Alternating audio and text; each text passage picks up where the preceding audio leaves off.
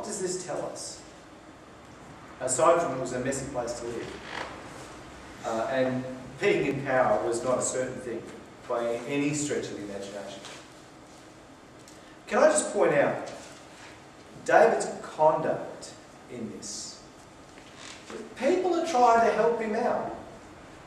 You know, not very nicely.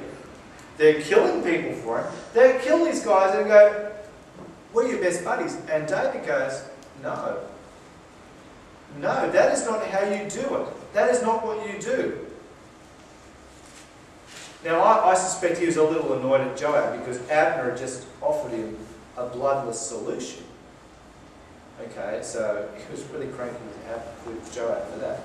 But David is concerned to do what is right, even when it may cost him. Even when he is in a difficult situation. David is by no means perfect. In 2 Samuel, we see David at his lowest. Okay?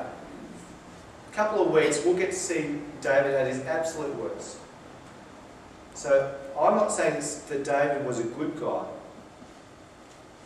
But in these chapters, we see David saying no. The end does not justify the means. You can't go and do what is wicked and hope to get a good result out of that. You can't think that by killing the enemy of the king in an underhanded way like that, that you're doing me a favour. For us, let me say, I don't think anyone's out there murdering anyone like from this congregation. No, but isn't it tempting to take the shortcut? I'm going to pick on Will for a second. Will's going to China, okay, into Tibet. And there are things he's not allowed to say. And there are things he's not allowed to do. And it would be really tempting for him to go, "No one will know. I'm just going to slip the gospel in here in a way that no one will know." I actually think that would be a bad thing for him to do. Because they build trust with people. And when you say, "I am not going to do this, I am not going to say that, I am not going to breach that trust," and then you breach it, you have just confirmed the worst fears that they have of Christians. When you guys are at school or at uni, okay, don't take the shortcuts. Actually say, "This is what is the right thing to do. And if it costs me, then it costs me." Those of you who have a job, I know it's very few. Those of you who have a job and you pay taxes, you can actually claim a lot of stuff that you're not entitled to. But you figure, there's 10 million people paying taxes, and the government's not going to know, and it's only $100. Don't do it. You actually know what is wrong. I don't need to teach you that. You guys can look at something and go, "Actually, that's dodgy." Don't do it. Actually, do what you're supposed to.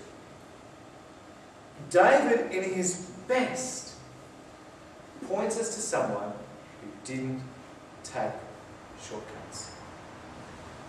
When Satan is tempting Jesus in the desert, 40 hours, Jesus went 40 days without food. Okay? And when he's tempted in the desert, and he's got to be at his weakest. He's got to be at his lowest. And Satan says, "If you're hungry, just turn the rocks into bread. It'll be okay." Jesus doesn't take the shortcut. Satan says, listen, I know you're going to the cross. No one else knows this. I know that's your plan. But to get the worship and adoration of the people, I'll give it to you. Just worship me, and I'll give it to you. And Jesus says, the cross is the way for me. I will not take this shortcut. When David is at his best, he's a good person to imitate. Not when he's at his worst. Let me make that clear, and I'll point out when we say don't follow that. Any questions?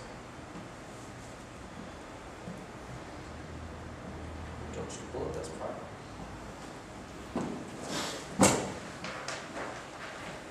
Our Lord God, we give you thanks that Jesus didn't take the shortcut, that he did what was right, that he lived the life that he should have lived. Even though that path was not one that anyone else would ever choose.